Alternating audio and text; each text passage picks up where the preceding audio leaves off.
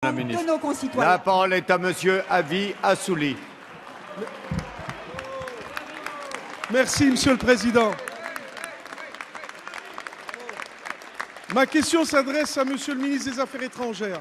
Monsieur le Président, mes chers collègues, en décembre 2013, Bangui et de nombreuses autres localités étaient en proie à une violence inouïe.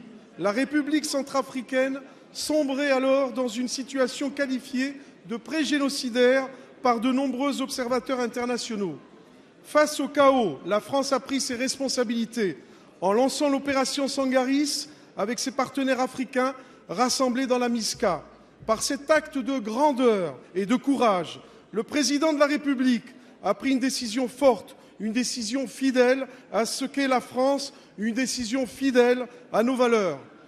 Depuis, les femmes et les hommes de nos armées sont engagés sur ce difficile terrain et très périlleux. Sur tous les bancs de cette Assemblée, nous savons ce que nous devons à l'action et au dévouement de nos soldats au service de la patrie.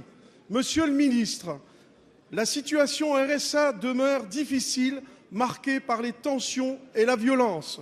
Catherine Samba-Panza, la présidente, et son gouvernement œuvrent pour offrir un nouvel avenir à un peuple meurtri et déchiré par les confrontations sanglantes entre Sekela et Anti-Balaka. Au début du mois d'avril, le Conseil de l'Union européenne a finalisé la constitution de l'EUFOR-SCA.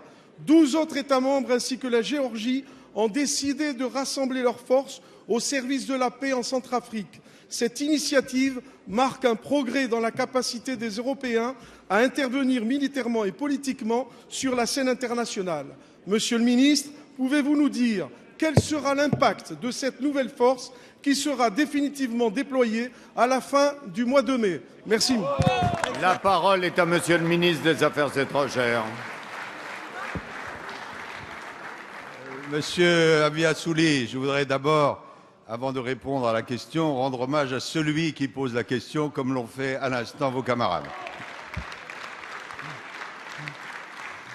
Vous m'interrogez sur la situation en Centrafrique. J'ai dit souvent que dans ce pays où nous sommes intervenus à la demande de la communauté internationale et pour éviter ce qu'il faut bien appeler un risque de génocide, tout repose sur un triangle qui est d'ailleurs, même si c'est dans des circonstances différentes, que le même que celui du Mali. Il faut à la fois une action militaire, sécuritaire, il faut une action démocratique et il faut une action pour le développement. Et c'est seulement si les trois côtés du triangle sont réunis qu'on peut avancer. S'agissant de la sécurité, la situation reste très difficile parce que entre Ex-Seleka, Anti-Balaka, les affrontements sont constants et les soldats français comme les soldats africains font un travail absolument magnifique.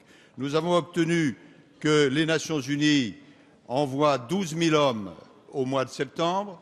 D'ici là, il y a une montée en régime. Les Européens nous ont rejoints.